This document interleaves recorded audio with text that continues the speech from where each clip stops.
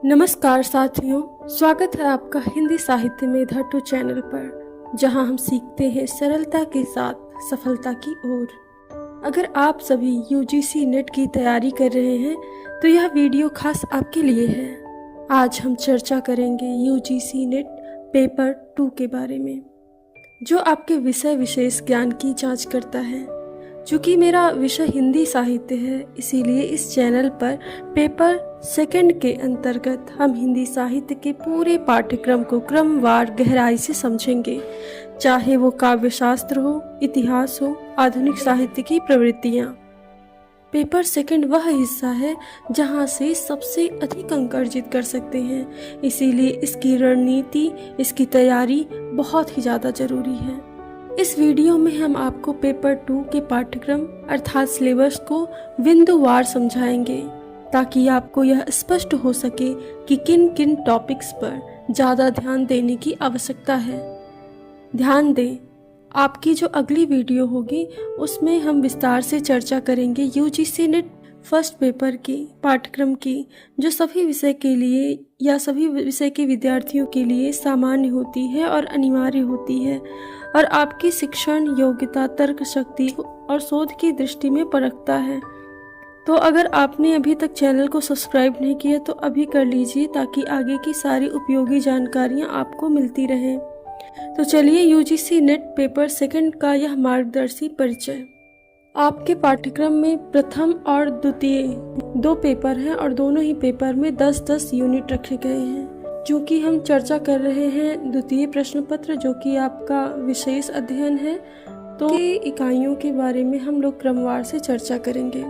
तो इसमें 10 यूनिट्स हैं, यानी कि 10 इकाइयां हैं, और पहली इकाई में हिंदी भाषा और उसका विकास है, जिसमें आपको पढ़ना है हिंदी की ऐतिहासिक पृष्ठभूमि, जिसमें प्राचीन भारतीय आर्य भाषाएं, मध्यकालीन भारतीय आर्य भाषाएं, मध्यकालीन भारतीय आर्य भाषाओं में पाली, प्राकृत, सौरसेनी, अर्धमागधी, मागधी, अपभ्रंश और उनकी विशेषताएं, अपभ्रंश, अवहट्ट और पुरानी हिंदी का संबंध, आधुनिक भारतीय आर्य भाषाएं और उनका वर्गीकरण, ये सारी चीज़ें आपको पढ़नी है।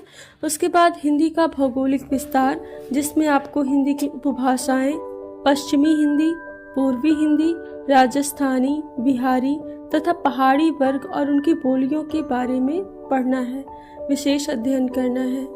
खड़ी बोली, ब्रज और अवधि की विशेषताओं के विषय में पढ़ना है।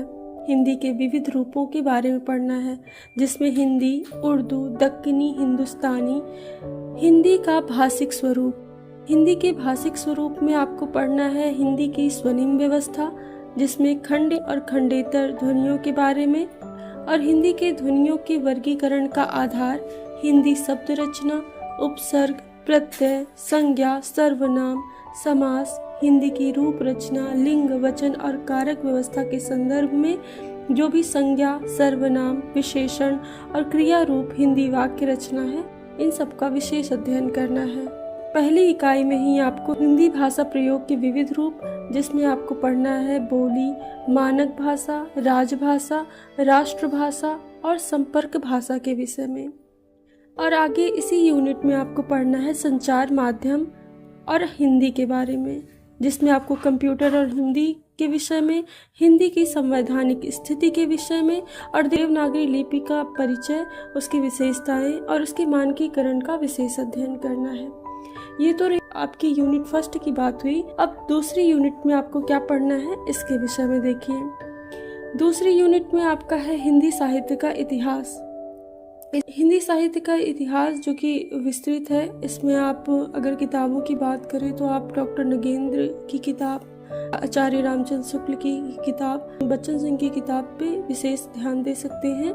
तो इस इकाई में क्या क्या है, आपको विशेष रूप से क्या पढ़ना है, इसके विषय में चर्चा करते हैं।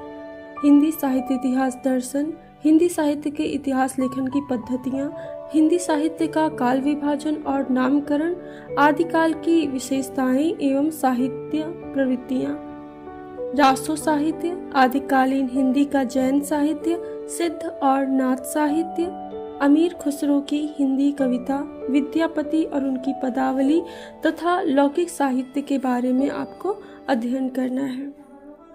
अब इसी यूनिट में आपको भक्ति काल, रीति काल और आधुनिक काल के विषय में चर्चा करना है हिंदी साहित्य के इतिहास में ही, जिसमें आप भक्ति काल में पढ़ेंगे भक्ति आंदोलन के उदय के सामाजिक सांस्कृतिक कारण, भक्ति आंदोलन का अखिल भारतीय स्वरूप और उसका अंतः प्रादेशिक वैशिष्ट्य, भक्ति काव्य की सामाजिक सांस्कृतिक पृष्ठभूमि जिसमें अलवार संतों को विशेष रूप से पढ़ना है, भक्ति काव्य के प्रमुख संप्रदाय और उनकी वैचारिक आधार, निर्गुण सगुण कवि और उनका काव्य क्या है और उनका सामान्य परिचय भी आपको विशेष रूप से ध्यान में रखना पड़ेगा। आगे हम लोग रीति काल की चर्चा करेंगे, जिसमें आपको पढ़ना है सामाजिक सांस्कृतिक पृष्ठभूमि, रीति काल की प्रमुख प्रवृत्तियां जिसमें रीतिबद्ध धारा, रीति सिद्ध धारा और रीति मुक्त धारा, जो कि रीति काल के ही भाग हैं। अब आगे पढ़ेंगे रीति कवियों का आचार्यत्व, तो रीति काल के प्रमुख कवि और उनके काव्य के बारे में पढ़ेंगे। आगे इसी यूनिट में हम पढ़ेंगे आधुनिक काल के विषय में, जिसमें आपको पढ़ना है हिंदी गद्य का उद्भव और विकास, भारतेंदु पूर्व हिंदी गद्य, 1857 की क्रांति और सांस्कृतिक पुनर्जागरण, भारतेंदु और उनका युग, पत्रकारिता का आरंभ और 19वीं शताब्दी की हिंदी पत्रकारिता, आधुनिकता की अवधारणा, ये सारी चीज़ें आपको पढ़नी है। उसके बाद आते हैं द्विवेदी युग पे, जिसमें आपको महावीर प्रसाद द्विवेदी और उनके युग के बारे में पढ़ना है, हिंदी नवजागरण और सरस्वती राष्ट्रीय काव्यधारा के प्रमुख कवि, छायावाद के विषय में पढ़ना है आपको, छायावाद काव्य की प्रमुख विशेषताएं, जिसमें छायावाद के प्रमुख कवि, स्वच्छंदतावाद और उनके प्रमुख कवि, प्रगतिवाद की अवधारणा, प्रगतिवादी काव्य और उसके प्रमुख कवियों के विषय में आपको विशेष अध्ययन करना है तथा उनकी रचनाओं के बारे में भी आपको पढ़ना होगा। आगे प्रयोगवाद, जिसमें तार सप्तक प्रमुख रूप से आता है, उनके कवियों को विशेष रूप से ध्यान दीजिएगा। और आगे नई कविता, जिसमें आपको नई कविता के कवियों और उनके रचनाओं के बारे में भी ध्यान देना होगा। आगे है समकालीन कविता, वर्ष 2000 तक समकालीन साहित्यिक पत्रकारिता, और इसके अलावा आधुनिक काल के जो नए कवि हैं और उनकी रचनाएं हैं, उनको भी आपको खास तौर से ध्यान में रखना होगा। इकाई 2 में ही आपको हिंदी साहित्य की गद्य विधाओं के बारे में पढ़ना होगा है, जिसमें आपको हिंदी उपन्यास की अगर बात करें तो आपको भारतीय उपन्यास की अवधारणा, जिसमें प्रेमचंद पूर्व उपन्यास, प्रेमचंद और उनका युग, प्रेमचंद के परवर्ती जो उपन्यासकार लगे हुए हैं उनके बारे में आपको विशेष रूप से अध्ययन करना है। इसके आगे कहानी विधा है। कहानी विधा में आपको कहानी विधा का उद्भव, उसका विकास और 20वीं शताब्दी की हिंदी कहानी और उसके प्रमुख कहानी आंदोलन एवं प्रमुख कहानीकारों के बारे में अध्ययन करना है। इसके अलावा जो भी आधुनिक साहित्यकार या आधुनिक रचनाएं प्रकाशित हो रही हैं उनके बारे में भी आपको विशेष रूप से अध्ययन करना होगा। आगे है हिंदी नाटक और रंगमंच के बारे में, विकास के चरण हिंदी नाटक के क्या हैं, भारतेंदु युग, प्रसादोत्तर युग, स्वतंत्रोत्तर युग, साठोत्तर युग और नया नाटक, प्रमुख नाट्य कृति हिंदी एकांकी के बारे में आपको पढ़ना है।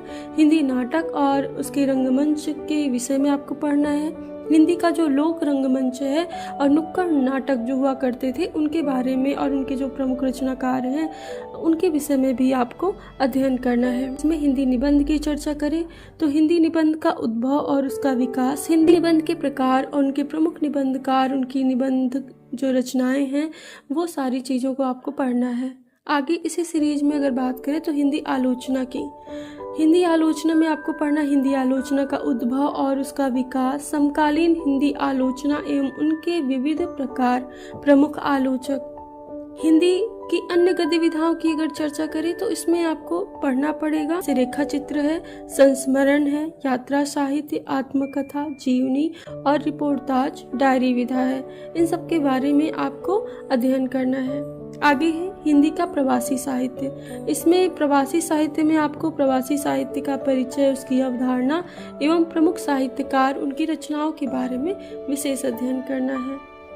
इकाई 3 में आपको काव्य शास्त्र अर्थात साहित्य शास्त्र के विषय में आपको पढ़ना है, जिसमें आपका भारतीय काव्य शास्त्र भी आ जाता है और पाश्चात्य काव्य शास्त्र भी आ जाता है।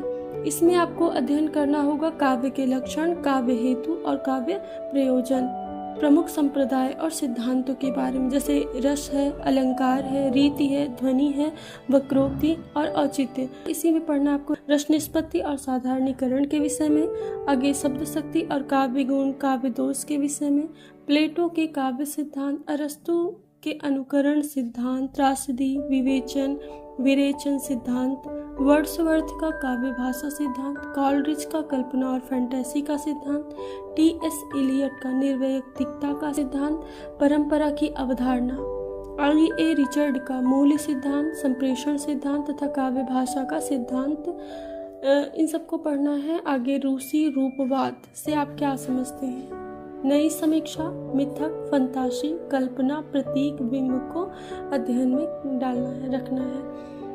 ये तो हुई इकाई 3 की बात। अगली इकाई है इकाई 4, जिसमें आपको वैचारिक पृष्ठभूमि के विषय में विशेष रूप से अध्ययन करना है। इसमें आपका आता है भारतीय नवजागरण और स्वाधीनता आंदोलन की वैचारिक पृष्ठभूमि, हिंदी नवजागरण, खड़ी बोली आंदोलन, फोर्ट विलियम कॉलेज, भारतेंदु और हिंदी नवजागरण, महावीर प्रसाद द्विवेदी और हिंदी नवजागरण, गांधीवादी दर्शन, अंबेडकर दर्शन, लोहिया दर्शन, मार्क्सवाद, मनोविश्लेषणवाद, अस्तित्ववाद, उत्तर आधुनिकतावाद, अस्मितामूलक विमर्श। अस्मितामूलक विमर्श में दलित विमर्श, स्त्री विमर्श, आदिवासी एवं अल्पसंख्यकों के विमर्श के बारे में विशेष रूप से चर्चा की जाती है। आपकी अगली इकाई है इकाई 5। इकाई 5 हिंदी कविता है। इसमें सबसे पहले लगी हुई चंद्रवरदाई की रचना है पृथ्वीराज रासो, जिसमें पृथ्वीराज रासो तो एक महाकाव्य है, लेकिन आपको इसमें सिर्फ और सिर्फ रेवा तटखंड को ही पढ़ना है, जो कि 27वां सर्ग है। इसके बाद अमीर खुसरो की पहेलियाँ और उनकी मुकरियों को पढ़ना है। विद्यापति की पदावली, जिसके संपादक डॉक्टर नरेंद्र झा हैं। इसमें पूरा आपको विद्यापति की पदावली नहीं पढ़ना है, सिर्फ और सिर्फ पद संख्या 1 से लेकर 25 तक आपको पढ़ना है।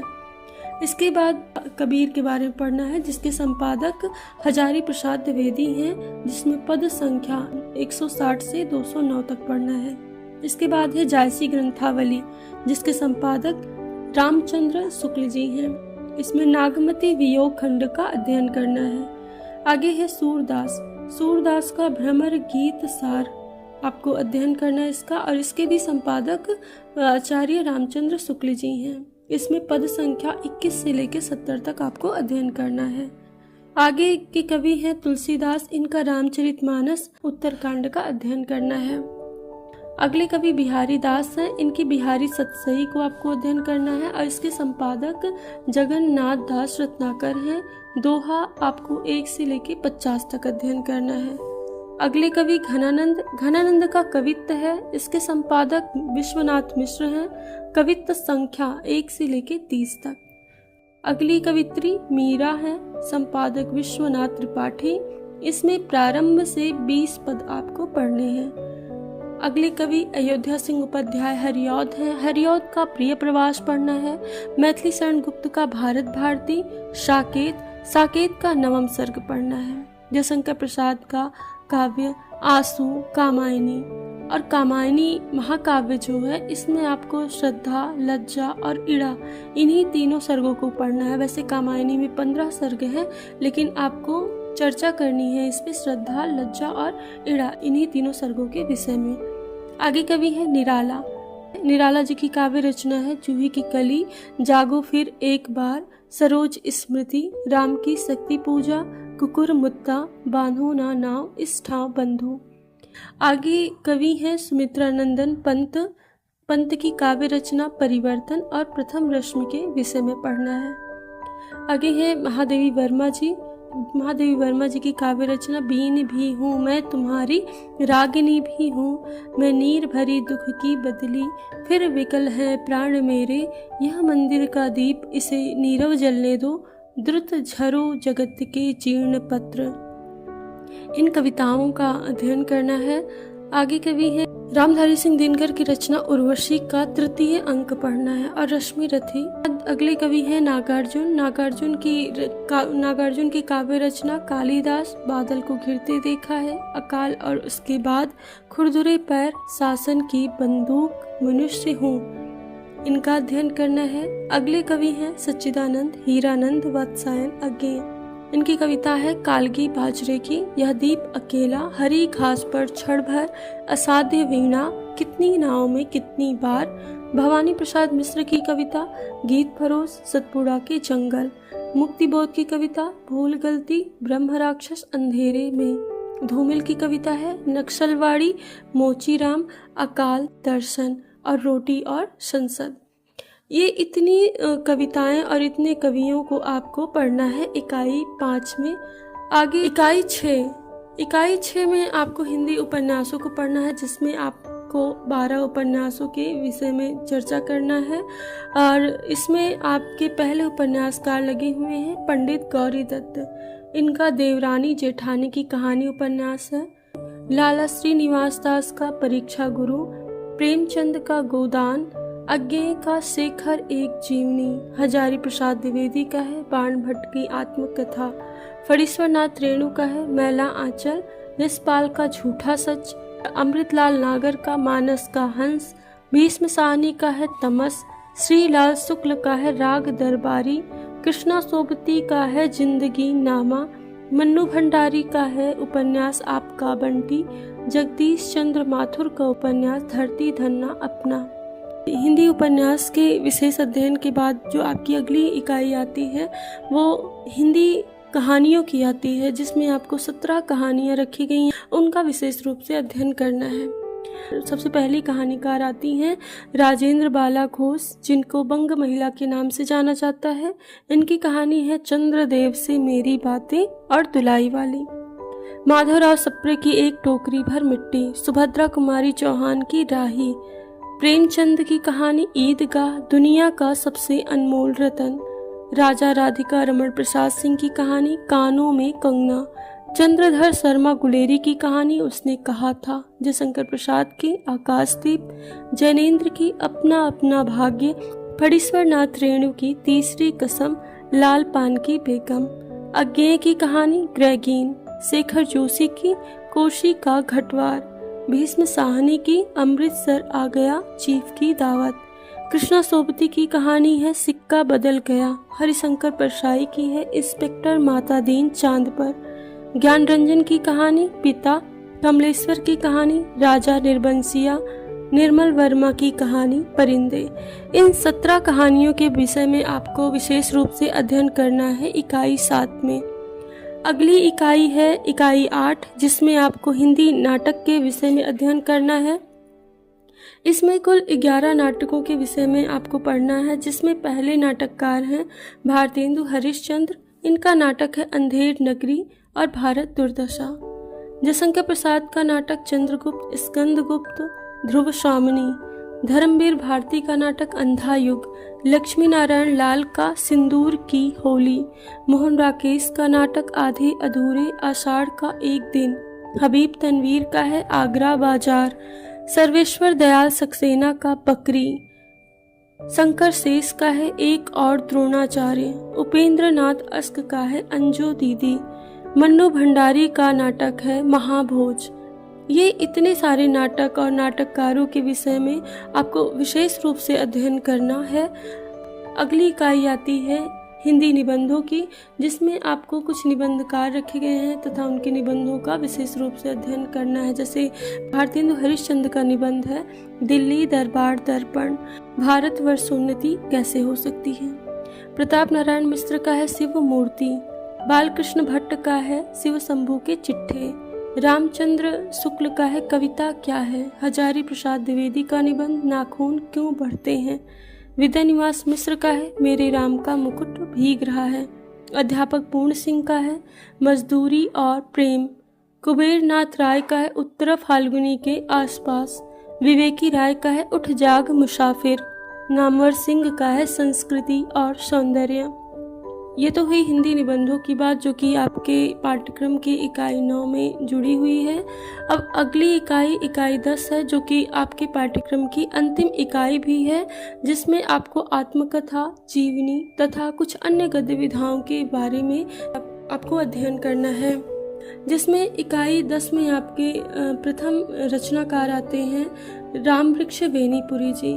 रामवृक्ष वेनीपुरी का है रचना माटी की मूर्ति, महादेवी वर्मा का ठकुरी बाबा, तुलसीराम का मुर्दहिया, शिवरानी देवी का है प्रेमचंद घर में है, मन्नू भंडारी का है एक कहानी यह भी, विष्णु प्रभाकर का आवारा मसीहा, हरिवंश राय बच्चन का क्या भूलूं क्या याद करूं, रमणिका गुप्ता की आत्मकथा आप हुदरी, हरिशंकर परसाई की व्यंग रचना भोला राम का जीव, कृष्णचंद्र की व्यंग रचना जामुन का पेड़, दिनकर का संस्कृति के 4 अध्याय रचना, मुक्तिबोध का एक लेखक की डायरी, राहुल सांकृत्यायन की है मेरी तिब्बत यात्रा, अज्ञेय की है अरे ययावर रहेगा याद। ये आपके पाठ्यक्रम की 10 यूनिट के विषय में विशेष रूप से चर्चा की गई। ये आपके पाठ्यक्रम में दूसरे प्रश्न पत्र के विषय में आपको अभी बताया गया, और मुझे आशा है कि आप लोगों को ये जो पाठ्यक्रम आपको समझाया गया, वैसे पाठ्यक्रम तो बहुत विस्तृत है, लेकिन आपको आसानी से समझ में आ गया होगा जो आपको पाठ्यक्रम में पढ़ना है। अगले वीडियो में हम लोग यूजीसी नेट के पाठ्यक्रम में जो प्रश्न पत्र 1 दिया गया है उसके बारे में, उसके जो कि सब लोगों के लिए वो अनिवार्य है, उसके विषय में विशेष रूप से अध्ययन करेंगे। धन्यवाद। मिलते हैं अगली वीडियो में।